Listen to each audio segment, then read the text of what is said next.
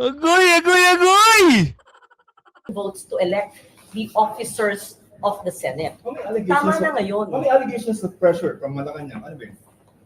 Bakit akong tatanungin mo? Tanong mo yung mga pinipressure. Okay. Oh, pag sinimulan nyo na naman magkaroon ng mga bangayan dyan, sigurado balik-taktakan na naman kayo, magkakaroon na naman kayo ng mga usapin na hindi maganda. Eh, alamin na naman natin to kung ano naman sasabihin ni Mr. The Action Man. Natin ang numero. So kailangan po yun. I think that is the main reason. No? It's a last card shot, no, or kanyang filing ni Alan Peter Cayetano's camp, no. Yes. Magandang hapon muli sa ating mga kasama. Nandito na naman tayo si Kuya Goods. Nagbabalik at syempre kung di ka pa nakasubscribe, subscribe na lang po at hit mo rin yung bell para laging update sa ating mga video. Eto na ho! Kuha na nila! Nakuha na ho ang liderato. At hindi lang yun. Nakuha na rin nila ang iba't ibang committee. Wow! Ang galing! Ang galing! Ibang klase ho ang datingan, ibang klase ho ang naging papel nito ni Pangulo dahil pagdideklara, nagpatawag ng special session, akala natin, special session lang para talakayin ng mga bagay-bagay, hindi pala. Para masungkit nila ang iba't ibang committee, masungkit nila yung napakahalagang committee. Nasungkit na ho nila. At nakapagdeklara na sila ng Senate President. Ang masaklap pa dito, yung mga naakusahan na tumatanggap ng mali-maleta, di umano, sila pa yung nagiging, bida. Gobyerno nga naman. Alam nyo bakit nila kailangan kunin ito? Para mapagtakpan na ho ang issue. Tapos na ho ang issue ng flood control. At kilala nyo na yung mga humudas. Lumutang ho sa Senado, sa plenary hall, itong pangalawang Judas. Ang saklap nung una, ang yabang-yabang mo, doon tayo sa tama. Paglalaban natin ang tama. Hindi tayo magpapasakop sa mga masasama. Aroy ko. Karudi, nag-iba ihip ng hangin. Kilala nyo si Mr. B. Mr. B, ano na?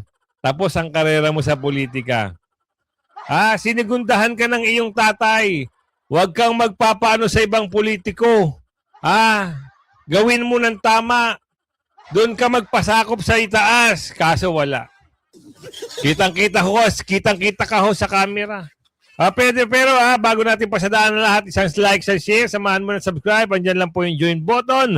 At sa dulo ng ating video, ang shoutout segment natin. Ngayon, ito ang mga bagay-bagay na makikita at malalaman nyo kung sino ho ang hudas dito sa mga senador. Kung ikaw ang papipiliin ko ngayon ang eleksyon, iboboto mo pa ba ang mga Judas na ito?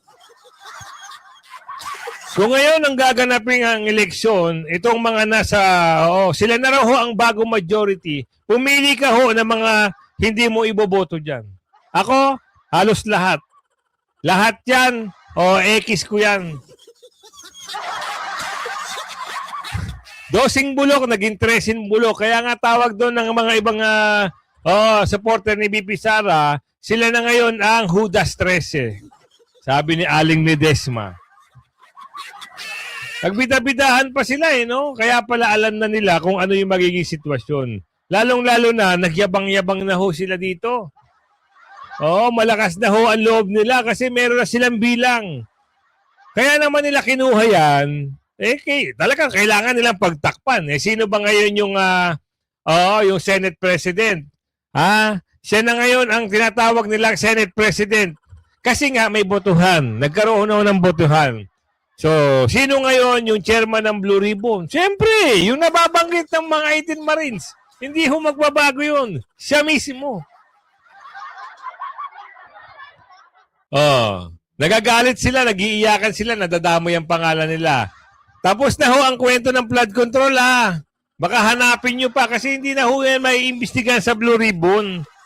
Inilihis na naman nila ang usapin patungkol dyan. Wala na tayong aasahan na hearing patungkol sa Blue Ribbon. Yung flood control, yung mastermind na binanggit ng mga 18 Marines, wala na yan. Matatabunan na yan. Ngayon, ang pag-uusapan nila kung paano nila ma-evict o makukonvict si BP Sara, diyan sila magpo-focus.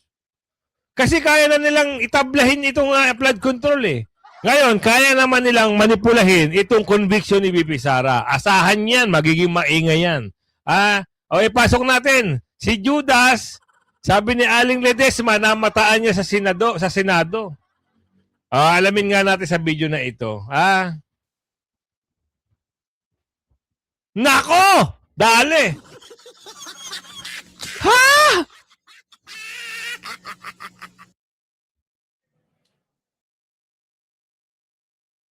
Agoy, agoy, agoy! Ang saklap, Karudi.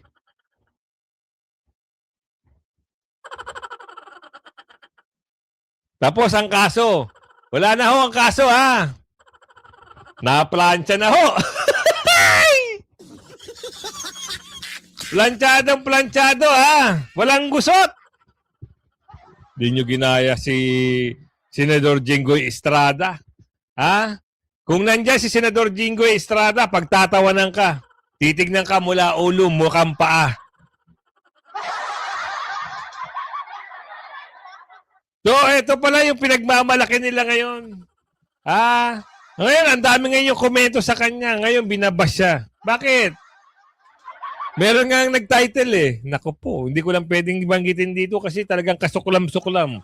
Ang tawag sa kanya, pati yung, naku. Madadamay kung ano yung pinapangaral niya. Pag sinabi mo dito, kawawa talaga. Pero hindi naman natin nasasabihin yun. Siyempre, oo, masama yung words na yun eh. Nakita ko lang at nabasa ko lang doon sa mga thumbnail ng mga ibang vloggers. Oo, naasar sila dito sa mama na ito. So ngayon, wala na tayong aasahan na hearing patungkol dyan. Asahan nyo na, expect nyo na yan. Tansyahin nyo na. By next week, ang pag-uusapan na nila dyan kung paano ho ma-convict si BP Sara. May bilang na ho sila at may nababalita ho. May nababalita na may lilipat na naman. Wag naman sana. Kung kayo ay maghuhudas, ngayon pa lang sabihin nyo na.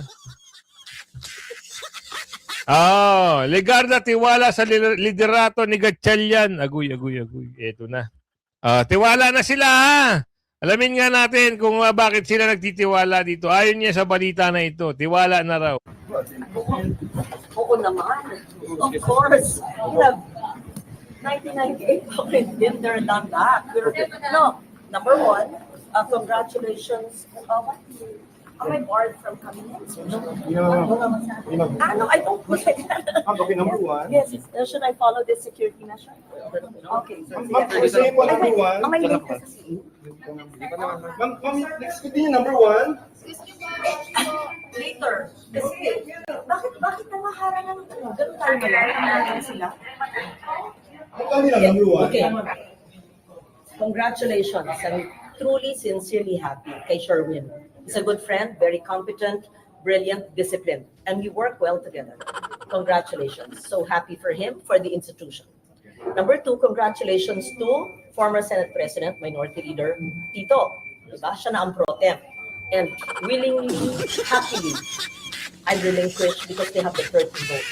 And of course, congratulations to Migs, another dear friend, very competent, hardworking majority leader, and for the institution. So we must all work together. They have 13 votes. So we respect and appreciate and recognize the 13 votes to elect the officers of the Senate. Tama na ngayon. May allegations of pressure from Malacanang. Ano ba yun? Bakit akong tatanungin mo? Tanong mo yung mga pinipressure. Okay. Remember, Supalpal ang reporter. Nasupalpal. Nag-congratulate lang naman si si Senadora Lola Legarda dito sa mga bulok na tres.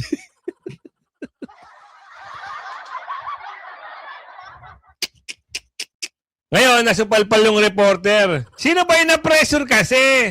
Alam nyo kung hindi pumasok-pasok at hindi nagpa-pressure yung mga Judas dyan. Still kicking and standing yung yung majority na pinangahawakan ng Senador Alan Peter Cayetano. Wala tayong magagawa nga na-pressure nga eh. So, meaning, kailangan tanggapin. Sabi naman ni Senador Alan Peter Cayetano, pag makakuha kayo ng 13 boto, wala tayong sa inyo na. Kahit kunin nyo lahat ng committee. Tama naman. Yun ang magandang laban. Ang nagdala kasi ng pangit lang dyan, yung mga Judas. Doon nagka-problema. 'Di ba? Kaya nasupalpal ni Senadora Lauren Legarda yung reporter. Yung tanongin nyo, yung mga Judas. Yung unang bumaligtad at yung pangalawang bumaligtad. Kasi kung hindi sila nagbaligtaran, hindi makakakuha ng matinong boto as Senate President at hindi magkakaroon ng botohan ng mga committee. Ngayon, nasa katuparan na nila tuloy. Hawak-hawak na nila ngayon talaga ang beat, tunay na beat. Wala nang magagawa. Susunod na lang sila kung ano gusto ng majority. Hawak na nila ang beat eh. Dahil nakialam yung Pangulo, nagpatawag na special session. 'Di ba? Ang sa kanila naman, bilang senador at senadora, gagawin nila ang kanilang tungkulin. Tawag ng trabaho. Kailangan nilang pagsilbihan ng taong bayan. Pero doon sa mga naghudas, kayo ho ang magsisi pagdating ng araw. Maski ho si Bongo, wala rin magawa eh. Ang sinabi niya lang ni Senador Bongo, kailangan niya magtrabaho. Which is totoo naman. Oo. Kailangan talaga niya magtrabaho. Kung hindi sila magtatrabaho, pilay ang Senado. Ngayon, ang kwento naman, baka ibang usapan na naman to pagdating ng oras. After 1 week, 1 day, 2 days, ibang kwento na naman ang dalin-dalin ng mga taga-kamara. Alam niyo kung sino nagpagulo dyan? Mga taga-kamara lang naman. Tsaka yung mga, mahilig mga ngaw-ngaw ng mga taga-bundok na mahilig bumatiko sa mga Duterte.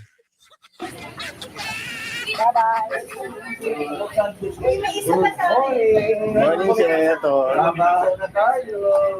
Pero sir, ano sabi niyo doon sir sa leadership change? Trabaho na tayo. Trabaho, sir. Trabaho na tayo.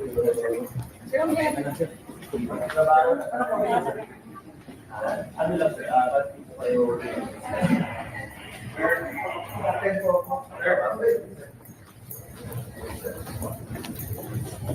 sir, punta kayo sa session note, sir?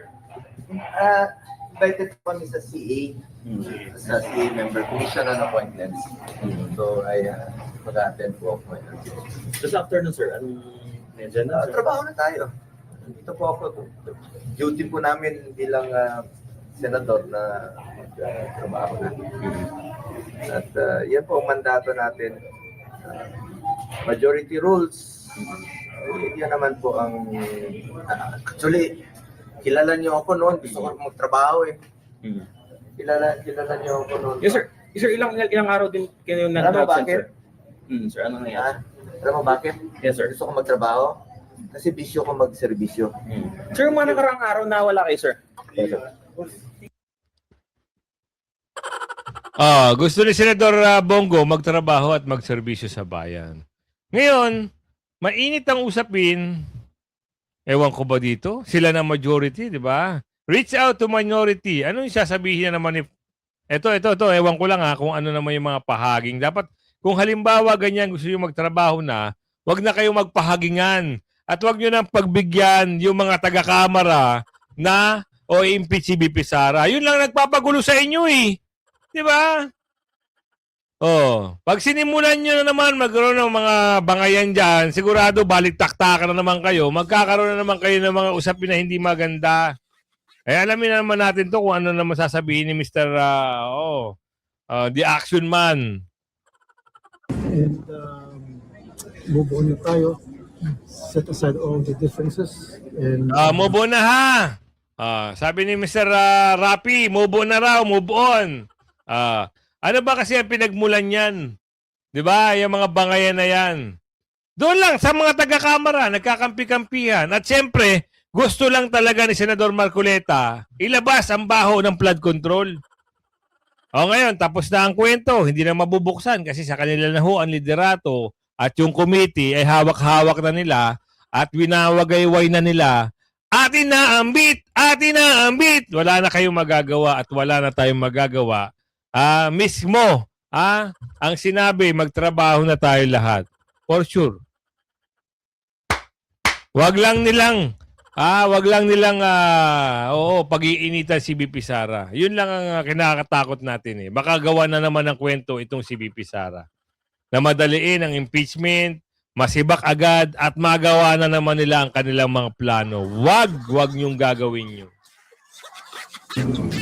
Work again for the sake of the Philippines. Do you think ba set aside yung differences, considering na wala pa yung mga minority senator today? Well, I don't know why they're not here. They cannot speak for themselves. Pero siguro baka hindi pa nila matanggap. Although si Senator Alan Peter Cayetano or Alan Cayetano, tanggap naman niya. Ano na dun sa iba. But anyway, we're extending our hands of reconciliation. Sana wag nilang damdamin yung nasabi, nagawa namin. And I apologize to the Filipino people dun sa mga nangyaring bickering in the past few days na witness natin lahat. Sana kalimutan natin yun at magtrabaho na tayo. Do you think magiging normal, maayos na yung operation ng Senate starting today? I hope so. Siguro naman, most of the senators sa minority, I know for a fact that some of them are decent, level-minded senators. So they'll come to the senses na kailangan makamove on na rin tayo alang-alang sa taong bayan, pagtrabaho na. Ngayon, yung mga ay magtrabaho, nasa kanila na yun. Will kayo mag-reach out sa kanila? Sir? Of course, dapat kami mag-reach out kami majority. We will reach out to them. Sir, balita niyo nasa sila ngayon. I'm sorry. Nasaan yung mga minority? That I don't know. Maybe they're trying to lick their wounds. I don't know. I mean, well, ginagawa naman talaga yan. And then makarecover sila. And this is my message doon sa mga taga-minority. Mga boss, kalimutan natin yung mga nangyari, mga nasabi, mga nagawa. Tapos na yun, sport lang. Magtrabaho na tayo. So, sir, yung Sir, SC, papayag ba kayo na nasa inyo ang leadership pero kanila daw ang Blue Ribbon Committee? According to Senator. Hindi pwede kasi kami na yung bago na ano. Kita nyo, sabi ko sa inyo. Hindi rin sila papayag kasi nga, ang mangyayari dyan, pag sa kanila, ang majority at kila Senator Alan Peter Cayetano ang Blue Ribbon, sigurado pa iimbestigahan pa rin. May imbestigahan at may imbestigahan. Kaya nga hindi pumayag hindi pa pwede. Kasi kami ang majority. Sila ang may hawak ng beat. Lahat ng galaw, sila ang may hawak ng power. Lahat ng mga pwedeng gawin, itago, sabi ni Aling Ledesma, kayang-kaya. Basta nasa iyo ang committee ng Blue Ribbon. Yan ang pinaka-powerful sa lahat. Kasi mapapaimbestigahan mo yung mga dapat paimbestigahan. Kung sino mga korap, mapapaimbestigahan mo. Ngayon, ang kwento, nasa iyo ang beat, nasaan ang beat? Ando na sa 13 na sila, di ba? 13 na sila! Ang saya nila. Pero ang taong bayan ay nababanas at naiinis. Bilang ng boto sa Senado, posibleng linawin ng Supreme Court. Kailangan. Kailangan. Dahil, baka mamaya, sabi nga natin, pag hawak nila ang beat, lahat magagawa nila. Lahat kaya nilang pagtakpan, lahat kaya nilang laruin. It is of utmost importance para po malaman po ng taong bayan at saka always po yung guidelines ba, magkaroon po talaga ng proper guideline. Ano ba talaga ang susundin natin na numero? So kailangan po yun. I think that is the main reason. No? It's a last card shot, no, or kanyang filing ni Alan Peter Cayetano's camp, no. Hindi ba masyadong late na yung paghahain nila ng petisyon sa Korte Suprema considering merong special session na mangyayari ngayon? Ako, opinion ko noon talagang medyo late, no? Kasi dapat nga it should have been done earlier.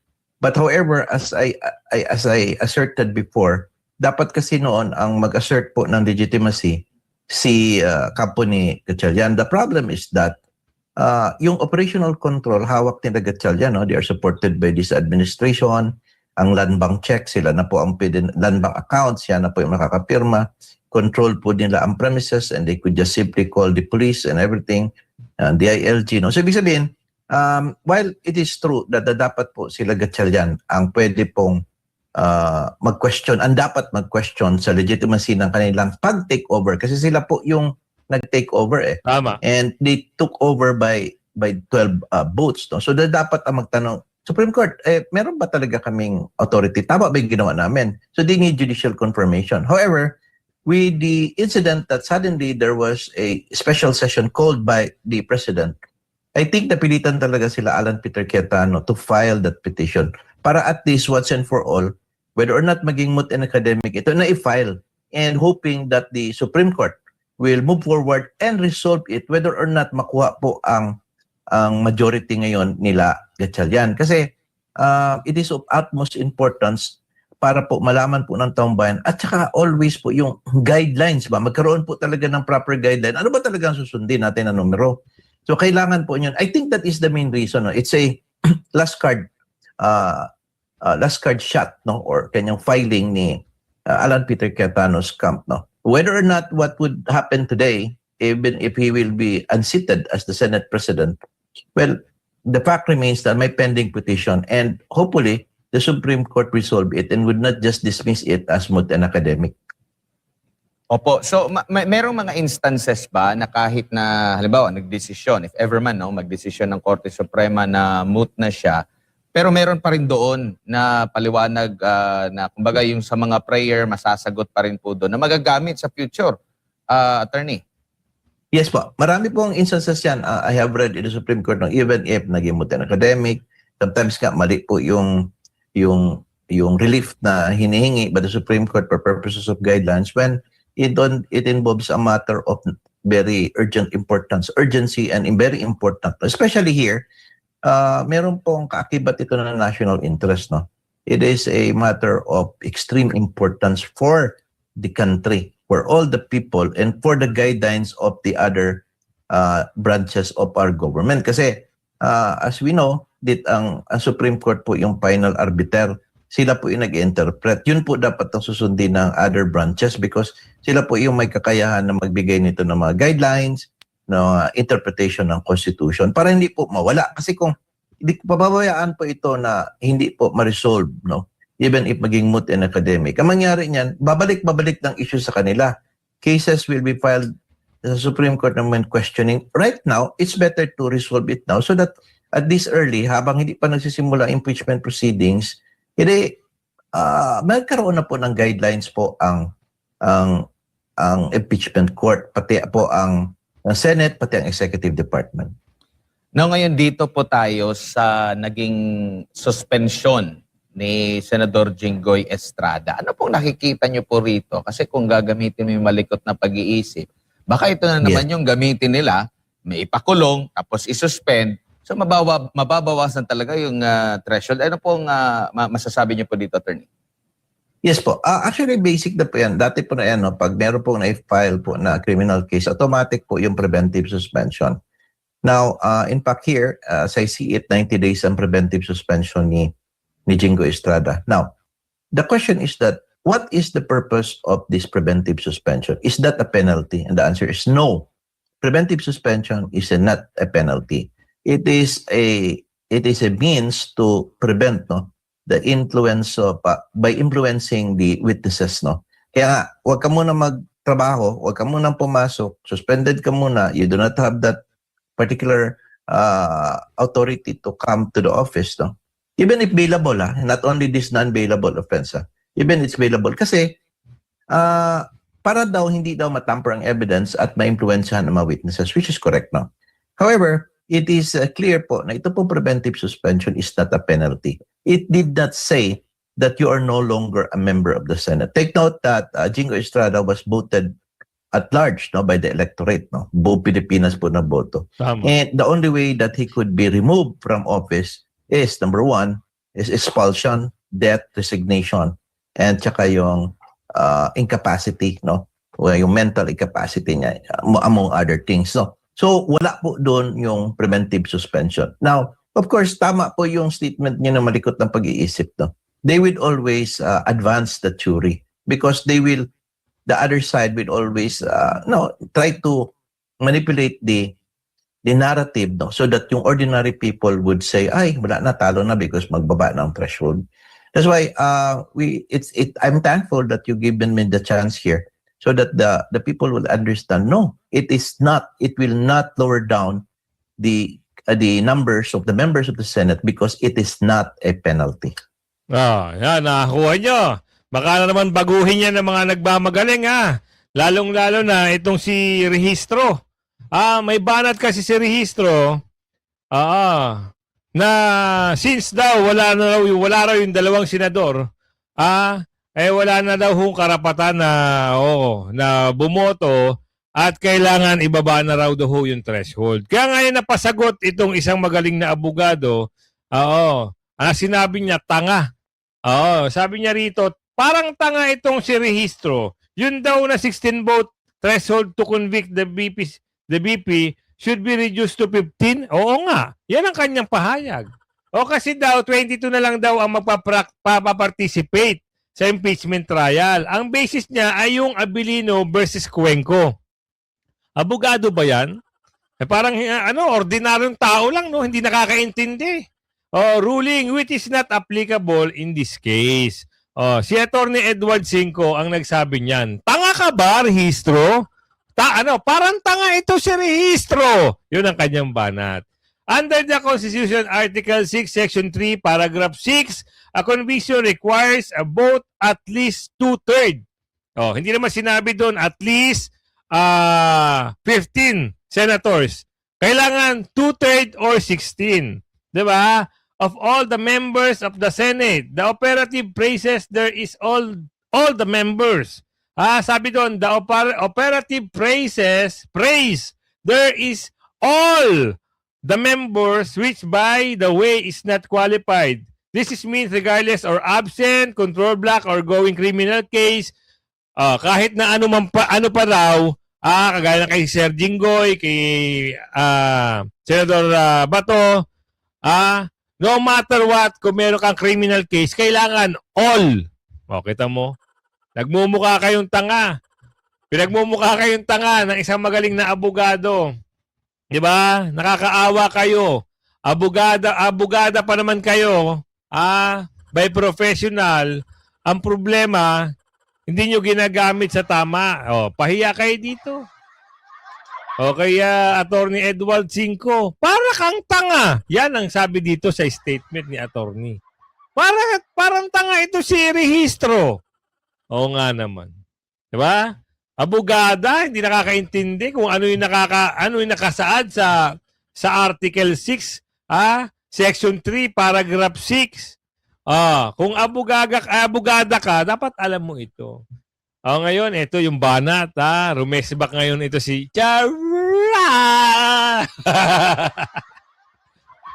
May resback ho, dahil nasasangkot ang kanyang pangalan patungkol dito sa delivery ng 5 maleta daw di umano sa kanilang bahay na mismo. Siya ang itinuturo at tiniyak pa na may litrato na siya ang sumalubong sa 5 maleta daw. Yan ang sabi ng 18 Marines. May banat siya. Tinabla ang parata ng 18 Marines bagmen sa mali-maletang pera. Sus! May litrato nga kayo, sabihin nyo, hindi kayo yun. Ano yun? Si Casper, nagpa-picture sila kay Casper? Una, first of all, ma'am, sabi ng aning Pangulo, di ba? Nung sinumula yung kaso na yan, hindi naman sila minority. Nas majority sila nun. I believe the Ombudsman also said that in his, he had an ASEAN event, there are over 100 complaints with the flood control scam. So I think we need to wait for the Ombudsman and see what his actions are. I think gumagalaw naman yung mga kaso. But again, that's not for me to be the judge of, and it's not for me to make conclusions. With. kasama po yung pangalan niyo sa nabanggit. Banggap po mali-maliit ang pera niyo. Ma'am, we don't dignify the testimonies of those fake Marines. Actually, bodyguard na lang tawag natin sa kanila. Medyo, ay nakita mo na nga kahapon, biglang sumali si Senator Escudero sa majority, biglang siya may maleta. Pati si Mary Grace Piatos sa susunod na hearing, baka yan may maleta din. So, let's call a spade a spade. It's all BS. Okay, so, is it really worth it? Nakita nyo, no? Malalakas siyempre ang ano nila. Siyempre sila ay nasa posisyon. Eh. Wala naman kayong magagawa at wala tayong magagawa dahil pinasasangkala nila yung ombudsman. Kumikilos naman daw yung ombudsman at alam naman daw nila kung ano yung ang hirap, di ba? Hawak na talaga nila ang bit. Nasa kanila na talaga. Kahit may preba na yung 18 Marines, talagang makikita nyo. Yung nasa litrato ayon sa 18 Marines, nilabas yan. Di ba? Nakita nyo rin naman, nilabas yan ng 18 Marines. Ano yung picture niya? Nagpa-picture. Malay ba natin, di ba? Ngayon, ayan ang kanyang, yan yung kanyang paliwanag. At siyempre, sa tulong ng ombudsman, ayan, kung umabot sa video natin ito, ako naman ho ay maglalambing. Pakilaging share nyo ang ating video. At siyempre, si Mang Banat, huwag niyong kalimutan i-subscribe. Magaling ho. Ito si Mang Banat. Papakita ko lang sa inyo yung kanyang channel. So, baybayan nyo yung kanyang, ayan. Subscribe nyo siya, Tulungan natin, At siyempre, yung shoutout segment natin, naku. Makakatulog kaya tayo dahil may mga, kilala nyo na yung Judas sa Senado. 13 na sila. At baka may lilipat pa ata. Sino kaya ang lilipat na naman? Mukhang may nababali-balita na naman na parang, nako. Mula kay Melda Besta, shoutout po sa iyo. Anita Baron, shoutout po. Florian Borromeo, shoutout po sa iyo. Reynante Mendoza, shoutout po. Ma'am Elsa Hitman Mercado, shoutout po sa iyo. Remedios Fallore, shoutout po sa iyo. Emma Austilia, shoutout po sa iyo. Baby V8Q, shoutout po. Shannon 12888, shoutout po. RMC YouTube channel, shoutout po sa iyo. Shit Hot 1970. Shoutout po sa iyo. Alvin Watchador Vlog, shoutout po. Mirna the Great, yan, shoutout po. Fred Lynn Delemundo, shoutout po sa iyo. Ma'am Damanusan, shoutout po sa iyo. Ma'am Karen Panganiban, shoutout po sa iyo. Ma'am Michael John 8849, shoutout po. Sheila Eri, shoutout po sa iyo. William Mirabueno, shoutout po. Wilson Scano, shoutout po. Florante Fernando, shoutout po. Oliveros Mondres, shoutout po sa iyo. Alejandro Bukay, shoutout po sa iyo. Ma'am Negris, shoutout po sa iyo. Amado Makalindog, shoutout po. Glyceromari, tama ba? Glyceri Mali, shoutout po. Asila Conejo Penid, shoutout po. Saris Ding Lasan, shoutout po sa iyo. Rudy Ronya, shoutout po. Tolits Datig, shoutout po sa inyo. Ricardo Kaulan, Sheila Lura, shoutout po sa iyo. Mike Pilipinas 6280, shoutout po. Ma'am Nerissa Olita, shoutout po sa iyo. Jen Amor, shoutout po sa iyo. Bangungot, shoutout po. Jan Raagas, shoutout po. Reynante Mendoza, shoutout po. Saris Dinglasan, Fe Bagyo, shoutout po. Evelyn Machika, Elmer Tundag, shoutout po sa inyo. Adonis Saragosa, shoutout po. Lucy Evangelista Datimbang, shoutout po sa inyo. Rosemary, shoutout po sa inyo. Kadafid Makuta. Yan, kung umabot kayo sa ating shoutout segment, kilala nyo na ang Judas, Kayo na hong bahalang humusga sa mga Judas na yan. Wala talagang magagawa kasi hawak nila ang beat. Pero siyempre, sa susunod, pag upo ni BP Sara, tsaka alamin nyo na. Bumoto kayo ng tama. Huwag kayong boboto ng durobo. Hanggang sa muli, bye-bye!